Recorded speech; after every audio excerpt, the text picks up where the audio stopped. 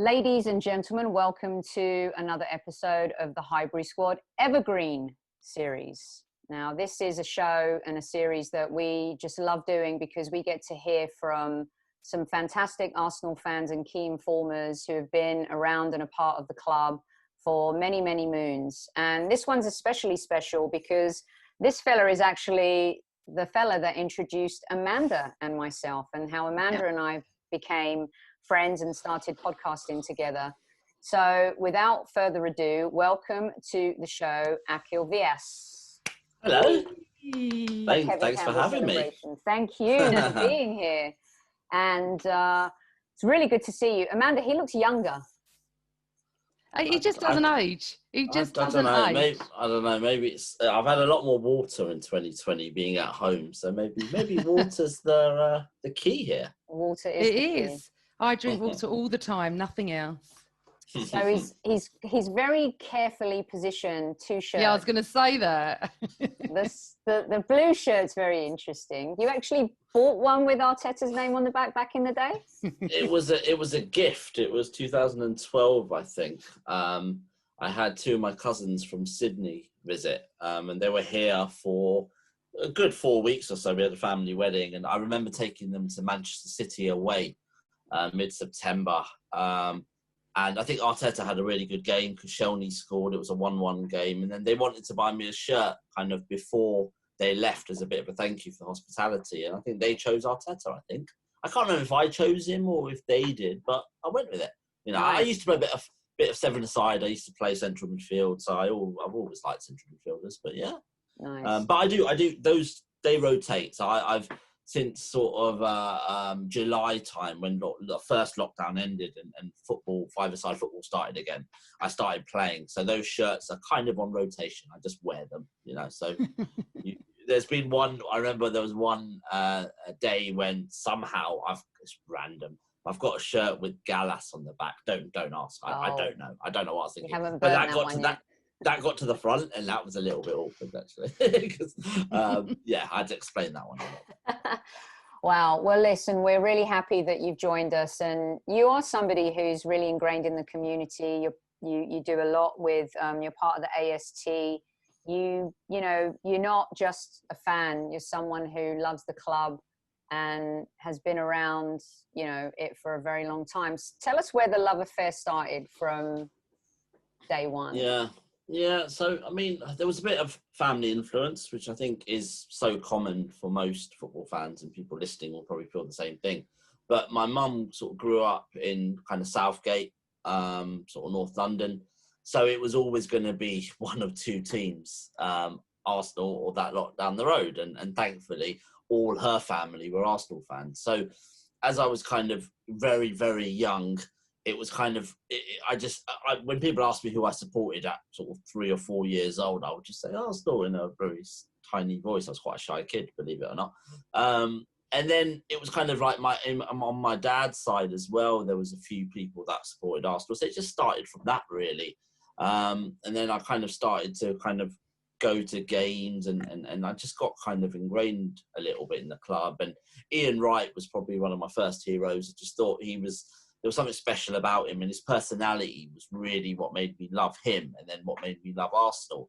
But I mean, at the same time, you know, it's kind of been, it was a little bit of it was an isolated love, if that makes sense. In terms of, my dad's not into football. My mum is now, but she wasn't then. So growing up, it was actually like, I kind of did all the research myself. So I was literally like a 6-year-old asking people, like, you know, family members, how do you go to a game? How do you get tickets? And then it was just me asking questions, which got me there. And then people took me, and then thankfully my parents funded me and stuff like that. So I learned that, there's a junior gunner scheme. So I was probably a really bright 6-7-year-old, you know, looking and asking things. There was no internet, obviously, in those days, but I was kind of just asking questions, and that's kind of what got me into Highbury. And then the love just grew as I've got older. So when did you start going to Highbury? What year? So my first game was around sort of 93. It was a 0-0 against Coventry, and I think the only interesting thing that happened was Nigel Winterburn hit the post of the bar. It was kind of in the middle, like the corner bit. That's about all that happened. Wow, Winterburn hit the bar, huh? yeah, left-footed. So I'm quite surprised I went back because it was a dull game. Was that your first game? Correct. Yeah. Oh, what was it like then? Go on, because I'd been at Highbury for about 15 years since then. Yeah, I don't remember my first game. Yeah, I was so young. That's the thing. It was kind of, I was, I don't really remember much about it. I mean, at 4 or 5 years old, you're not gonna remember much. I don't remember anything at 4. Yeah, I remember the smell. The smell at Highbury was unique. There was kind of it was like you could smell like, I don't know, there was something special about it. You could smell a bit of food, but you could also smell something. The dirty burgers. It's the dirty burgers. But it was special, and you could feel that going through the turnstiles, and it was all, that's what I remember, the smell. I don't remember much else because I was just too young. I'm not sure many people remember things when they were 4. So it was the smell. Even when you're young and you go to the first game, and I'm sure, Amanda, you remember this because you went like when it wasn't as plush, right, as it is now. But that first time when you go through the turnstiles, it's kind of intimidating when you're young, I don't remember. You don't? All I know is, no, my dad used to throw me over the turnstiles at 4 years old. You're talking at 1973. I'm unfortunately a little bit older than Axe. So those I don't remember. Wait, you weren't? I was going to say, because when someone said they were 4, I'm like, Axe wasn't 4 in 93. Jesus Christ. God. No. I got married that year and he's 4 years old. Wow. Well, Axe, when do you remember like your first, so you go from being young and you kind of discovered Arsenal on your own. When did it really get super serious for you? In that sort of, funny enough, in that sort of tail end of George Graham and start of Bruce Rioch, that's when I sort of started to understand football a little bit. But obviously in that Bruce Rioch year, it wasn't the most successful. So it was a little bit like, and that was kind of before, like, so I was going a little bit, but I was relying a bit on TV. And that was obviously when not every game was televised, obviously, and things like that. So there was a lot of radio and things. But it was in that period when I started kind of learning about the game. And I guess when you start to go to school as well, you have banter with people, you need to know your stuff, started playing football. So it all kind of started around then. And then obviously the Arsene Wenger era started. And by then I was kind of old enough to understand. And obviously being successful really helps because it really hooks you in. And then, when we saw the kind of, I guess, the Dennis Bergkamp signing was one of the big ones because it was like family members and people were telling me that we've done something pretty special here by signing Dennis Bergkamp. And I was kind of like, oh, okay, is he good then? Like, it's just because, I don't obviously watch European football and stuff like that at that age. So it was that era, those probably 2 to 3 years is when I really started to understand football. And then that's where the love just grew.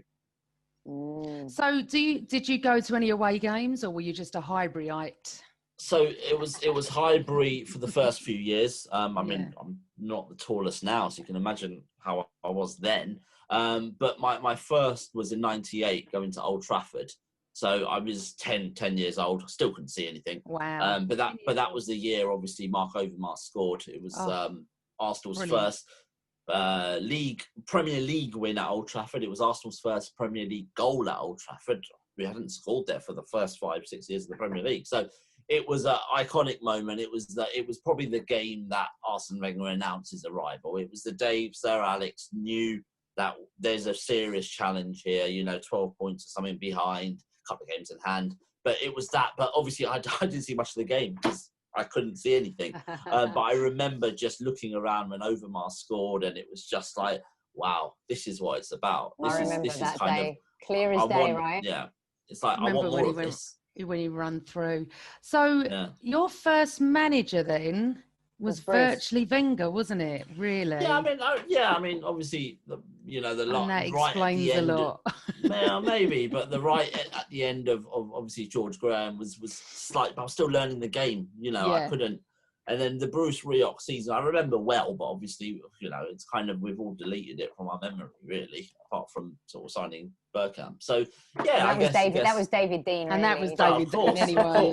So, but that season, was obviously the season. So it was kind of like, the Arsene Wenger bit was when, I was old enough to understand football. It was all, I've always been a bit of a student of the game. I don't like, not saying I'm one of those people who can analyze a game or anything like that, but I always like to get into kind of, the first thing I would do when I used to go to a game was look at how they're lining up and looking at where players are and things like that. I was always interested in all that kind of stuff. So it kind of grew from then. And I remember one of the first real moments I remember when I was young was in 99 when we sold Petit and we sold Overmars. And actually just a fan who just watches it, they would have thought Petit was the real player in that midfield because he was slightly more known. He was chipping with a few more goals and stuff. But I was like, you know what? If that was Vieira, we would really be in trouble. And I was kind of okay with that. And then I was proved right. And that kind of showed me that actually I am understanding football a little bit. I was quite impressed with myself there, to be honest. When did you, so you grow up, you make your own way, a little bit different to Amanda and I. We had obsessed parents with, football growing up. I mean, it was like battered Still into do. you.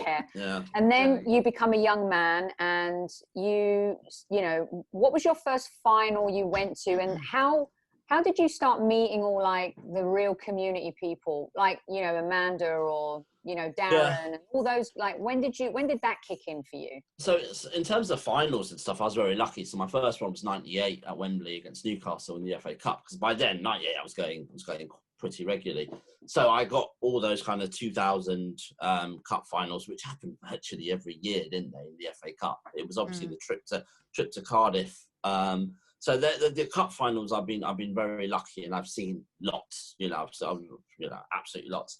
The whole kind of part of the community. I mean, I guess even going backwards, when I said I kind of worked on it myself. I had a few friends that I kind of got. There was a couple of family friends who liked Arsenal and had memberships and stuff like that, and we agreed that we'll go together, and in that way we could be kind of 14-year-olds going together, and it was kind of okay and stuff like that. So it kind of grew from then. But I guess the whole community feel is probably in the last 12, maybe 14 years. It's a kind of it's a combination of pubs. I think pubs help once you're 18 and you can officially go. It's a lot easier. You meet people in pubs. You start mingling and talking, and you see the same people each week. Are you a Tollington guy? I was, not straight away, because obviously Tollington was more sort of a couple of seasons into the Emirates, but certainly that was where I met a lot of people. And then it was social media, obviously. I think most people would agree that social media has been great. I obviously work in social media, so I was quite quick on the ball there as well, because it was kind of my industry. But I think, people talk about the negatives of social media, but the community feel is just great. There were so many great people that I've met on social media. And then obviously the AST as well. So the AST was something. Yeah, I want you to tell everyone about that. Yeah. Before we jump to that though, so Highbury, then we moved to the Emirates, and that's true. I mean, I never went to a pub until I joined social media. I used to go to a cafe and go home. I'm not really a pub girl, but all of a sudden I made friends on social media, and they're like, come to the pub. And I'm like, I don't go to pubs. It's not really my thing. I don't really drink. I don't remember how I met you. I don't know how we met, because I don't know if but you weren't like on the board, but I was a member. On the board, or whatever you call it. Yeah, but I was a member. Is it because you we've got a mutual friend, Soph Richard, so yeah, I'm assuming it might be that, and maybe we saw each other at the AST. But what people don't know is that you did podcasting as well, and I don't know if that was where we connected, because the little story about the fact of how the Highbury squad, Highbury and Hills became, was because your friend and my friend Giles, who I podcasted with for years, Giles asked me to come on your podcast, which was the Gooner Ramble, and then obviously I already knew you. And I remember saying to Giles, let me just do a girls one. It'll be quite fun. We'll just have a few girls. And I had two in mind. And I remember saying, I don't want anyone that doesn't know their football. I don't really want a fangirl and everything. And Giles said, ask Ax, he might know someone. And I asked you, do you remember? And you said, Sophie Nicolau. And I said, who's that? I said, and he went, and you listed all her stuff in America. And I went, why would she want to come on our pod? She's like in the media. And I remember you gave me Sophie's email, and the rest is history. But I mean, we've had quite a few connections because obviously I go to the AST as well. Yeah, me and Sophie had done a podcast together a couple of years before that. So I think that's where we connected. We had maybe done a few others, and certainly we had done a couple of radio bits on TalkSport as well. So it was kind of like I knew, as soon as when you said female Arsenal fan, it was someone I had in mind who just understands the game. I'm not saying others don't, obviously, but she's quite vocal, which helps. I'm sure there's many females out there who understand the game, but maybe aren't as vocal. So with Sophie, I knew she would be a good fit, and I'm glad I did it. I know. The old school Indian and Greek arranged marriage act. Actually, talking about that, I just want to have a serious moment for a sec. Did you ever experience any racism? You know what? That's a question. It's been asked recently, and certainly this year with, all that's happening in the world and stuff like that. If I did, I was oblivious to it, I guess. And I think about, I can't really remember it at home. Now I think back to away games and I think, actually, maybe I did at times, but I just I wasn't smart enough to know, kind of thing. For me, I was just a football fan, But I think of not trying to stereotype, but places up north and things like that, there was some funny looks and stuff, but I just thought that's because I'm an away fan. But maybe it wasn't, sort of thing. There've been a few horrible train journeys, I'll be totally honest. And unfortunately, a lot of them have been our own fans. You've kind of heard songs and things like that on that you just think, wow, I just want to. You experienced something last year, didn't you? I remember you writing about it. A couple of years ago. It took you by surprise because you hadn't really experienced that. Yeah, it was a couple of years ago, and it was just, it wasn't directed to me. It was directed to, a few other people that were walking on the trains that weren't football fans. But the words used, and it was just like, wow, this isn't good. Especially like, if I think about sort of the AST and stuff, here we are fighting for kind of football fans wherever we can. We're saying that football fans are good people, they do great stuff, and and then you see that and you just think, it's not. What though, you were a trailblazer really in the podcast scene, because at the beginning, Amanda, it was Arsblog, a Bergkamp Wonderland, really, and Gooner Ramble, you guys, and but it was like, Bergkamp Wonderland was my brother pod, so I didn't know what Gooner Ramble was because Giles introduced me to that.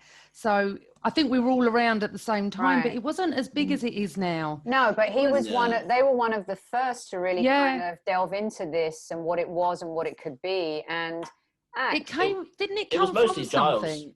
It was mostly Giles. It was Giles. It actually came from a little bit of Arsenal Fan TV type thing, and there was a podcast and stuff. And then when it turned to Gooner Ramble, Giles asked me to get involved. So it was all him. I'm not taking any credit for that, to be honest. Do you miss talking about football regularly on a podcast, or because you kind of walked away from it? No, Giles doesn't either. Yeah, it's so funny, isn't it?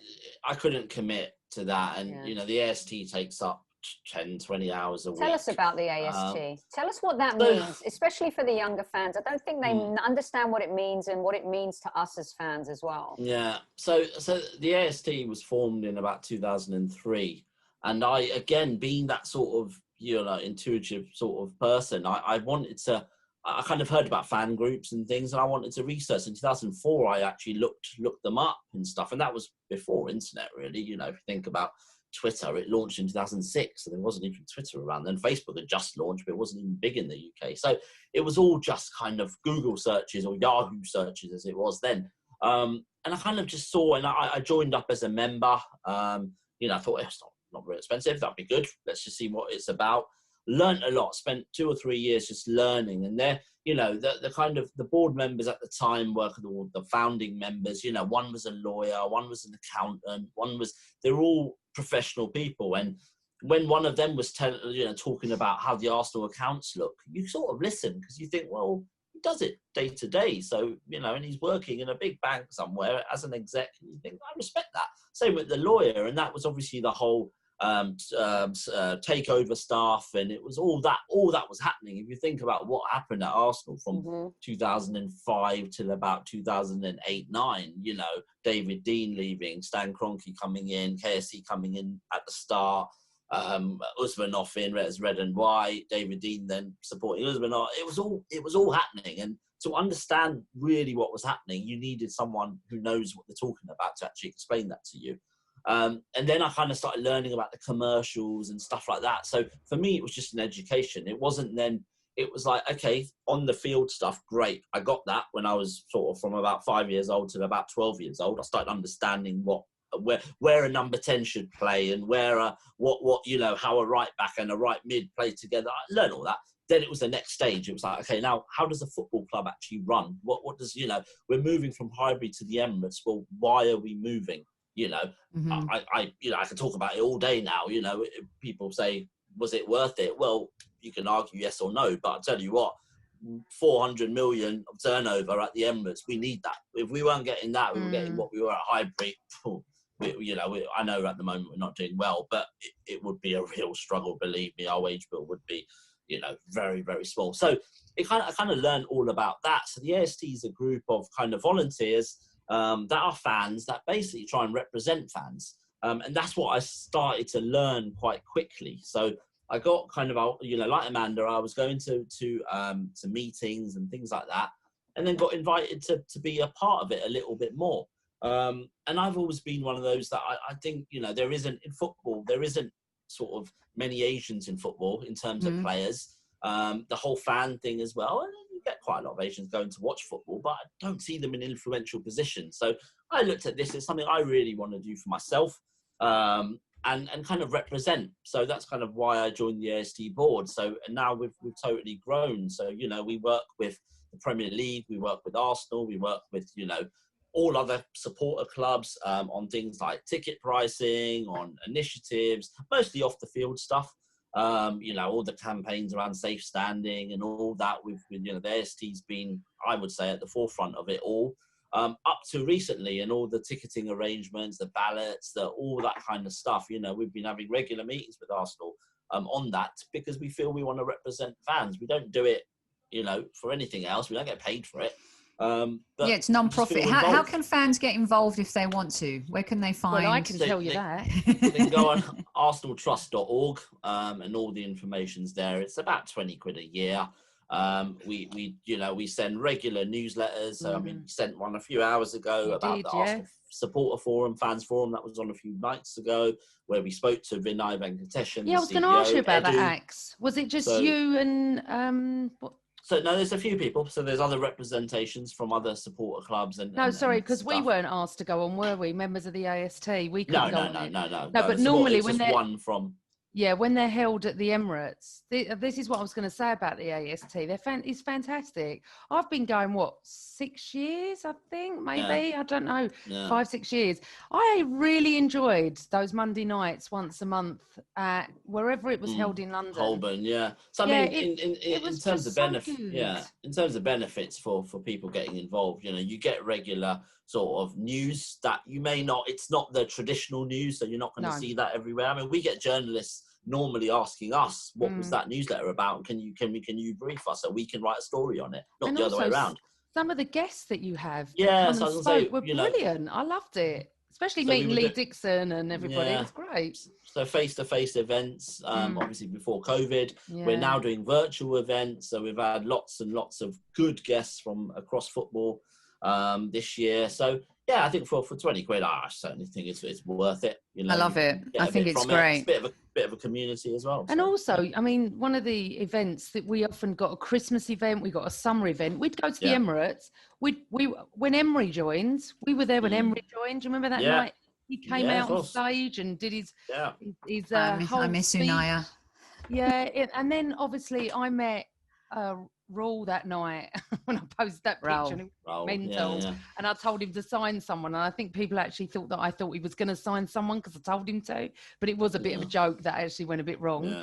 But the AST events are really good. It's £2 a month, Axe. I mean, I'm not being funny. No, exactly. It's great. We like to... You don't have to do anything, Soph, if you don't want to go to the events or you don't want to join anything. No, I know, but it's, you know what, it holds, it basically is an unofficial yet official organisation and a part of the a group of fans of the club that hold the club to account a little bit, but they're able to kind of look at things from a different perspective and not get hysterical about results and analytics and formations and tactics and all that nonsense. It really is it's a holistic kind of look at the Arsenal community and universe. And because all that is subjective. Absolutely. Right, I want to get to some fun. Sorry, go on, Axe. No, go on. I was just going to say, I mean, what the pandemic's really helped is actually we're now getting more members from all over the world because we're doing virtual events. We're actually getting people who are emailing us saying, I didn't know I could join this, but of course you can. You know, please do. We want unique kind of opinions and things like that. So it's open to everyone. We're doing lots more. We'll send a link out too and put it up in the podcast next to a live show and our Christmas stuff. And we've got loads of people around the world. Yeah, they'll want to join. Lots of different listeners. Okay, let's get to some fun stuff. So everyone will be looking at this and looking at some of your wonderful stories and memories and pictures along the years. Right, this is a quick fire round, Axe. Okay, so you ready? Your favourite ever Arsenal kit? Oh, the last one at Highbury. The maroon one, the original. Oh, I like that. Yeah. I've got Highbury 06 on the back of it, and I've got it framed, and I've always just brings back good memories. Nice. Okay, your favourite ever player? Patrick Vieira. Your least favourite player? Oh, bloody hell, that's difficult. Is it? What? What do you think I was going to say? No, I mean, there's a few to choose from now, I think. Oh, but right. No. I think it's Nicholas Bentner because I think I wish I had talent. I wish I could play football. And when people don't have the right attitude or don't, achieve what they can achieve, it really annoys me. So Nicholas Bentner, quick fire. So that's a good one. Lord Bentner, he did waste his talent, didn't he, really? Yeah. So what was your favourite ever game? And I'm going to ask you your worst one, and I think I know that, but go on. I think it's the same for all of us on the worst one, maybe. I don't know. Let's see, Amanda. Champions League final, for sure. Yeah. Well, do you know what? Actually, I wasn't going to say that. I what wasn't. Were you going to say? 8-2 at United. That is my worst ever. That was bad. I mean, at least we got a refund. I'm kidding.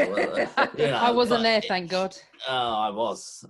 It was miserable. But you know what? The thing about that was why I wouldn't say it's my worst game, because I was there. And I remember in the last good 15 minutes, we're 7-2 down because they scored the 8 just after. Yeah. And we were 3,000 of us were singing "We Love You, Arsenal." That's great. I remember. It was brilliant. Old Trafford was quiet. They couldn't outsing us. Yet there was 7-2, 8-2 up. For me, I remember that more than I remember the game. Best game. Oh God, that's a really tough one, man. Were you at the game where we won the league at White Hart Lane? You must have been. I wasn't. Really? I would have bet my money that you were at that game. No, I wasn't either. I had GCSEs or something like that. No, it was exam time. Listen to him, GCSEs, Amanda. Jeez. Yeah, sorry. I think I didn't even have GCSEs in my time. They're O levels. My best game, certainly live, probably is that Old Trafford one, because essentially it was a title decider. But I guess my favourite game is. I'm just trying to think of. Were you both at the? Because I wasn't, and if there's one game I wish I could have been at, even though we didn't win it. Do you remember the Liverpool game, the Ozil and Alexis goals, where we scored 3 goals in like 2 minutes, and we we were 3-0 down. 3-0 down, and we went back to. I was on a date in the 2-0 down. in the premium box place, and it was so funny because I was with a Millwall fan, or I can't remember, and we got these free tickets. So instead of sitting in a seat, I had to sit with all the posh people in the club level, wherever. I can't stand it. I never sit there again. And we were 3-0 down, and all of a sudden we came back in the second half. Was it 2-0 and then we scored 3, and then they got 1, and they equalised? It was something like that. It was just before Christmas, actually. Yeah. What's your favourite one then, Axe? My favourite one is actually Highbury when we beat Spurs 2-1 and Lauren scored the penalty. It was 2002. It might not be my favourite one, but it's a quick fire, and it just came to my head, and I thought actually maybe And it was just because we were going for the league, we were going for the double, and that was a massive win. And it was Lauren took the penalty. There was something special in that. So, Okay, yeah, so but I also feel that you can have different games that mean different things. Yeah. One of my favourite games that I wasn't at was Carnu at Chelsea. Oh, God, that was such a great game. Unbelievable. He scores a hat trick, so things like that you can't I don't think anyone's got there. If we win the look, obviously May 26, 1989 is my favorite game. It will never be beaten. But there's many other games. You never mentioned that. I haven't mentioned it for at least a week. The thing is, Carnu's a good shout. other games there's many other games though over the years that like when we were 5-2 to Tottenham. I mean, those. Both 5-2s, but and there were so many in that unbeaten season as well that were, when we went to Anfield and won, we went to Chelsea. Ironically, being on the forum, Edu was on, and it was Edu scored the equaliser then, and it was a great game. And I think of winning at the Bernabeu, that was on my 18th birthday. So if you ask me my most special game, that's probably up, up there. Milan. There's been, exactly. There's been. So players you've met, or a player you've met that you just idolized, and then when you met it was like wow, and they lived up to every expectation, or your favorite Arsenal player that you've met? I'm gonna change the question and say best Arsenal person, and that would be Arsene Wenger. Okay, and that's because well, when you've said so, having those glory years at the start, it was magical. Everyone knows that. But then I met him several times at AGMs and at kind of events, and he was always a gentleman. And then in the end, when I got married, the club arranged a card which he had signed. A year later, I met him, and I said, I just made conversation, and I mentioned that, you actually signed a wedding card for me. It was this big thing, and he was like, last June you got married here at the Emirates. He knew because my reception was at the Emirates, and he remembered that. He asked me how my wife was. He asked me, has she been coming to games? Because cool. Ivan said she's not into it that much because he apparently must have asked me. So it was all that. And then I saw how he was with other people, with children. I remember him sort of getting, stopping his car, signing someone's thing at a training day. And it was just all that. And I just thought it was, I know it ended differently and there was all that stick, but whenever I met him, he was a gentleman. So it was kind of... And I have to concur, because I've met him, and as much as at the time I met him, I didn't want him to leave. I was on the fence at that time. He was an outstanding man. I cannot say top shelf. He spent so much time with me, and he was exactly as you're saying, Axe, that complete gentleman, and loved Arsenal. It was a shame how it ended, but for me personally, I felt it stayed all good things come to an end. But as a man is what lovely. I'm saying. I remember if you listen to Henry Winter, who was very, very critical about Arsene Wenger in these last sort of 5-6 years, and Henry's a good mate of mine. But we both talk about this every time we meet, and it was when the football writers put on an event 2 days before the season started for Grenfell Tower. And they had Gary Lineker, Les Ferdinand, a few others. They had about 200 tickets to sell. They asked Arsene Wenger. Arsene Wenger agreed to come, and tickets sold out. It was 2 days before the season. I guess you could argue maybe actually should have been preparing, because I think we lost against West Ham actually. But the fact that he did that, I remember talking to Mark Ganella, who's the director of comms at Arsenal, and Arsene hadn't even cleared it with the club. It was just because it was charity, he wanted to do it. And he sort of told Mark that, I'm going to some dinner thing, I'm talking or something. And then Mark was like, what? I have to. So Mark was there as well. And it was just, when you hear Henry Winter talk about that, and you think about, how he wanted to do it, that's special. That's really special. Yeah. I mean, honestly, when he came out here and, we met him, and he was great. He was really just a top shelf guy. You can't argue about the man. No. You really can't. He's a great role model. Okay, we're going to get you out on a few of these because, we know your favorite player, your kit, your worst game, your best game. Your favourite Arsenal fan. Arsenal. How it all started, AST, going down memory lane. Tell us really how it feels now to be a fan, Axe. and what this particular Arsenal team makes you feel like these days? Frustration, I guess. It's really hard to quantify, isn't it? It really is. It is. You know what? It's something Edu said, and he said it in this forum, which is public, so I'm sure I can repeat it. But he said that the club know they have to have a clean out is the word he used. So a clear out, obviously native language. But he goes, it's hard when some players don't want to go, and that sums it up for me. That Arsenal know some of them aren't good enough, need to get rid. I think we could all probably have it a guess at who, but the players don't want to go. That means they're too comfortable. They're on, we've made mistakes with the wage bill, massive wage bill. We've given contracts when we probably shouldn't have. And that's now biting us in the backside, really. So it's frustration, because I think, when we've signed players like Partey and Gabriel, you think that's a good step. We're going in the right way, but then you get some performances that are you just think, what is this? This isn't Arsenal. This is it's just so it's just. Do you believe in Arteta? Yes, at the moment I definitely do. I think it's a project, it's a long-term project. And I remember talking about this last year, and this was before we won the FA Cup and stuff, but saying it is going to be 2 or 3 years where it's going to be tough. I don't expect to compete, but I didn't think it would be this bad. No, nor did I. Very honest. The only thing I would say is, we've got a rookie manager, and we've got Edu, who is more experienced than people say. He's not a complete rookie, but he's never been in England as he has as a player.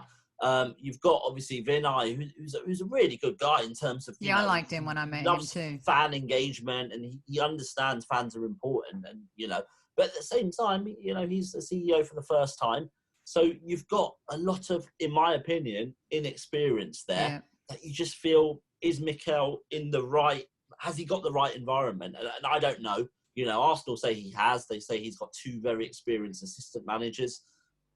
We'll wait and see, but I mean, it's we need results. We need results quickly. I don't know when this is going out. It might be a few weeks. Next week, it'll go out next week, which is this week for everyone watching now. Today. So I'm talking before the Everton game, after the Southampton game. So we don't know what's happened, but we need some points now, because confidence it helps. Everything feels a lot better at the moment. You can see. I think certain players are hiding. I think they're going for the easier pass. We give a lot of criticism to people passing sideways, backwards. But at the moment, if you look ahead, there's no one's making runs. No one's running into space. It's confidence, and we need. But you know what's interesting though? They don't need to hide. There's no fans there, so it's not as though they're going to get lambasted by half the crowd, is it? This is the time where they don't need to hide. Yeah, it's such a shame. Max, you did this really good thread.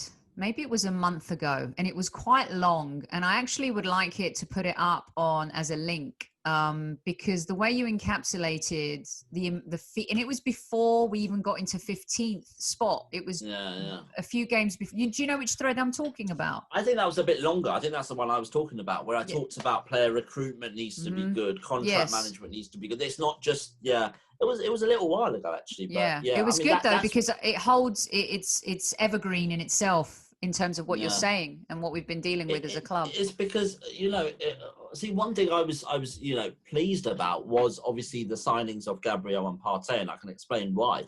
Because Arsenal have a turnover about 400 million. This year we're going to lose about 110 million of that, because we've got no fans in the ground. Obviously, we've had 2,000 for a couple of games, but we're still making a loss of about 500,000 each game. So you've lost 25% of your commercial, your overall income. Your wage bill is about 50%. So you're really running on about 25%, and that's not much. So your signings that you make, if you're going to invest, they need to be spot on. And that was included in that thread. We can't afford any duds. So in Gabriel and Partey, I'm really, really pleased. But then when you see the Willian signing, and you think, I get it, experience, done it all. But then, even if he was free, big wages, and you think, well, that could be a costly mistake, because we're not going to be able to get him off the wages for 3 years now. So that's the frustration. We need to get every single signing has to be right, because we're not on those big revenue streams, or we haven't got owners who invest like other clubs. Amanda, I'm going to hand it over to you so we can close the show in just a second. But what I love about Axe is he not only comes from a fan point of view, but if he's willing and he has the time every now and again to come on the Highbury squad, what I love about you is you look at things from a business perspective, and you're able to make it a little bit more realistic for fans so they understand what the true landscape is of the club, where we're going. I've always thought that we can make the most better out of our commercial sponsorships in our commercial side. I don't think we take advantage of that as much as some other clubs do. And I'd love to do like a show on our regular live on the YouTube as well, and bring you back and do that. I think that would be great. Yeah, so sure. Before I'm going to swing it to Amanda, but before I do, 2 quick fire: your current favorite player and your current least favorite player. There's not many in there at the moment, is there? My favourite player, Saka, current, he's showing heart, fair play to him. Least current, I hate to say least, least favourite, sorry. But I would say, I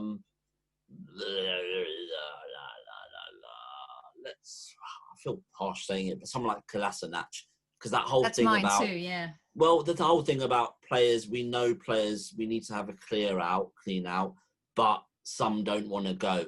I'm speculating who they are, but I think we all know. 110 grand or so a week. Yeah. Would you want to? I don't blame him, by the way. No, I don't. We gave him the Arsenal deal. gave me a contract. I would exactly, Yeah. Same with Mesut Ozil even. And I would like to think professional pride means you want to play, but don't blame them. They're on contracts, but yeah, that's hurting us at the moment. Amazing. Okay, so I think they'd really like you on our show, Axe, because we get fans and followers. No, they would, from all over the world, and they're able to ask questions on the chat room. So I think it would be really, really That's good. a better idea, to do a Q&A. They can have him do a Q&A, because Yeah. there's they want to know. We get really smart listeners, don't we, Amanda, that ask really good questions. I mean, we do have really good, the Q&A stuff is great. So Yeah, it'd be something interesting, definitely. But I just wanted to say something. I need to thank Axe. Not a lot of people know this, but when I went through a bad patch, he messaged me just to see how I was. And, we're not close friends. We're friendly, of course. And there's a lot of people I know, but I've never said this publicly, but honestly, Axe, that meant so much to me that you just checked up on me for no other reason, nothing to do with football, just checked up on me occasionally. And it meant so much. So thank you so much. And it shows what a kind heart, and how your parents should be very proud of you and how they brought you up, because that's something I would do. Just check up on someone just to see how they are. He's top shelf. Listen, especially this year, and it wasn't this year, it was a couple of years ago, I think. Years ago, yeah. And it was, I think thank you so much. I mean, absolute pleasure. And I think, it's something that everyone can do. I've done a lot of charity stuff in the last few years, and I still am. And I think that's the one thing that really annoys me when I see it on social media and I see people arguing. I'm thinking, you all want the same thing. You've got different opinions, fine, but don't start calling each other things, because it's not great for mental health. It's not, you don't know what people are going through. Let's just all be a bit nice. I know we're not doing very well at the moment, but the thing is, actually, you can look. You and I disagree on Wenger or whatever it was over the years. Yeah. We've never ever been rude to each other. Oh. We just go, okay, fair enough. You are entitled to your opinion, but it's when people start getting arsey. Nasty. There's no need for nastiness. Yeah, they start off arsey, then because I go sarcastic, they get, I don't care, it doesn't bother me in the slightest, but I can handle it. But there's millions that can't. And people just don't get how mental health is so important for us to be caring for other humans. And Axe, thank you so much, because you were definitely caring for me. Really meant a lot. And that's lovely, Amanda. And Axe, real quick, what's your charity that you're doing now? Because you are doing stuff for people who might be struggling during COVID and during this time. Yeah. Oh. So can you just I'll be very quick. I started a very small brand called Let's Make a Difference. So we're on sort of Facebook and Instagram. We're having a website built at the moment. We support several causes. We spread positive, inspirational messages, hopefully. We give people things to do as well. The other week, Crisis, the charity, were looking for people who were just donating warm clothes and stuff for homeless people. And it's something where I thought, there's so many people in lockdown sitting at home doing nothing. Why not make use of it? So we spreaded the word, and we collected things, and we do loads of other things around mental health and stuff like that. So brilliant. Yeah, I think it's all important. It's not fundraising. We know people are struggling right now, so we don't want money, but just want people to do what they can and help people. Do you know what I love about him? Do you know what I love about him, Amanda? He's building, you're building your own legacy, Axe. You've gone from, I think it comes with getting, no, I'm not being funny. How old are you? 32. 32, right? I mean, 30 is the decade of discovery. And I think in your 30s, you discover who you want to be, where you want to go, who you want to sit at a table with, who's to your right, who's to your left, who's your knife, fork and spoon. And that, I learned that from a very good friend of mine who wrote a book called The Art of Keeping Good Company. And it is very, very true. And you're keeping good company, and you are exceptional good company. Yeah. And I too am very thankful to you, because starting in this industry as a woman especially is not easy. And being a woman trying to talk football, there are a lot of men out there who are mean-spirited and say horrible things, but you are a supporter of women as well, and a great supporter of women. And that is something I've always cherished and loved about you. And I too appreciate your support. And you're a true gooner. You are a true gooner. And and that's what I like about you guys. You're going out there, you're doing your thing, and everyone should be doing that. Whether you're a male, female, brown, black, white, it doesn't matter. If we all have the same thing in common. So keep doing what you're doing, because it's great. And it seems like you guys are enjoying it. You know what? Sophie's done so much during lockdown. I couldn't do as much as her, but it's helped people because they've got nothing to do every night. Yeah, and our club isn't doing particularly well. And it just gives them a voice and some enjoyment. And obviously Kev's with us all the time. And, an ex-Arsenal player. It's just fabulous to have. It's great, yeah. I think what people forget is that we've got our fan base is huge. It's millions all over the world. So you may get match-going fans who don't want to listen to podcasts or don't want to join the Arsenal Sport Trust or whatever, because they get their own circles and they're talking about absolutely fine. But there are people who maybe don't go to games, who just want to talk to people, want to be a part of a community, people abroad who really want to, and people should be allowed to do what they want and talk to who they want, and shouldn't be judged for it. And I think that's what, there's a real thing that people judge things like, that podcast, I don't listen to that podcast. It's all, but that's fine. Don't listen, no problem. Do what you want, but you don't need other to people might. Yeah, there's no need to put people down just to make yourself feel better, I think. So everyone who does things, I think you should be Prime Minister. I won't go that far. Maybe. I think England. He's got such a lovely human spirit. He does, and he's getting more handsome as he's getting older too. It's shameful looking younger. I need what he's not drinking, and he and Super Kev. He's 32. But you know what? But still, known him 10 years. Well, the great thing about virtual is you can only see this bit. You can see the belly's increase in lockdown. I'm glad. I like this, actually. Well, listen, we are really appreciative of you joining us. Worries. This has been a wonderful Evergreen episode. Couldn't think of a better person to have on.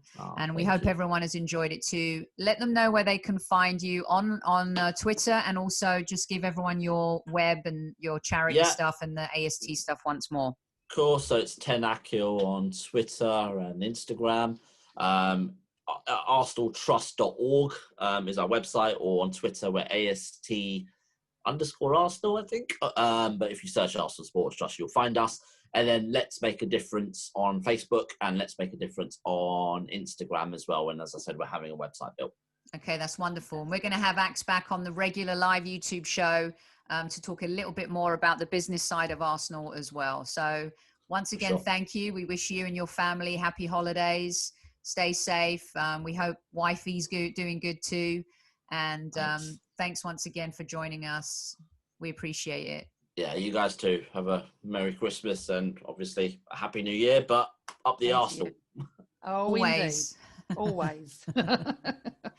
Thanks, Axe.